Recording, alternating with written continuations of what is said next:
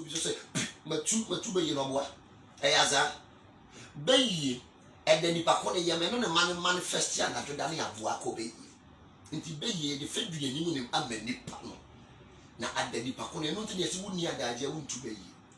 ti be yi je adaje to ye tomatoes ka o chema ni nwanu nyina de ni nwanu mo start ku mo ma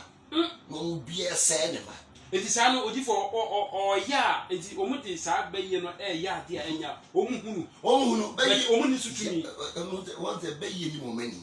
e ka be ya wure mu a onim se wo ma ame no onim so papa no sa be sunsun no eni mo mani honhom nyina no be yi ne ya ketwa ya so ni di nsemo ne no be yi na dwuma wo ye ne se wo de ujija otiri du ko je nsuo odo ko je nnuya odo ko je abotan odo ko je maamu atase je oni pe se ne mame je oni pe ye ni se mame je oni pe ye ni se mame e na tetimde mu no o mutimi ko nsuo ko gu nsa e ke busuye ni nyina ti obu o se ni me ye furu ma de afi so ma be ma o se me ni me ye furu ma de afi so ma sa de na wona na ye to ho no mo afi bia no oye ene wona na woni obi mu mfa nko ntine tumi na de ni na chi ene wo bo mo ne ma ye de etu ento bi baba ho a wo be hwe sunsun no na ni fi ya pam na esi ho ene edi ni nya Gideon sia na ne papa eso mposo nti no o altar e wo fi ho na mura Gideon ya kokko no nya me kata te wanko papa fi ya nkobubu sa altar na obedi nkuku enti altar bi wo ho a esi fi a ebo ne ma papa ye den etu to ja se e bia wona na kwaje ahobambo bi ene o de bofu na be si fie ene won so biim ade no so si ho ene e sori ye den etiam wa pechi akwan enti for apia ya wotumi okotwitwa nipa yenye hunu obi ane de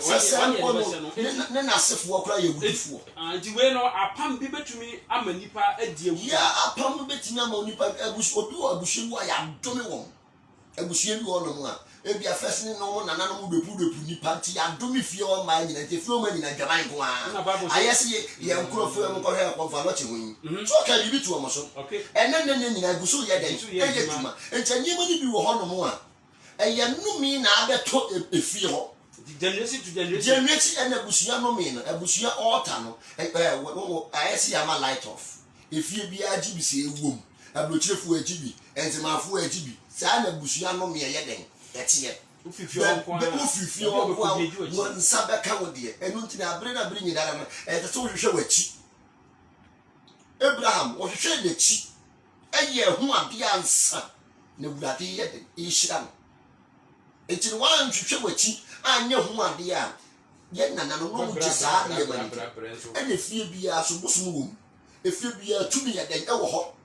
enti se wan sore an hwehwe wachi a saade be ko atia o baka se bia be ye bi na ye na so na fie tumi ene ye bodam fie to tiase wo bontin so ni be hunu mpo twa na fie nipa na akere no nti abri na bi nyina na so sore ko Bible se ye na nanom aye bone nso oni ho ye na yetwa so ka Solomon ye bone nyame ka chense me ni wagya David wa pam nti be tie firi wo mansam si to tiase wo se me ni wagya David wa pam nti me nya ohwe bat me tie firi wo ma ensam di bone a obia bedi no wo nya nsusa so a ekọ wo ma nti o wudi ni ye nanim so okwakuo yi me gisi ni na sefo eye wudifo be ko busue ni mu no ni bia ne nan bi no twitwitwe di peti en wo no to so no wanyi a wa beto aso asemo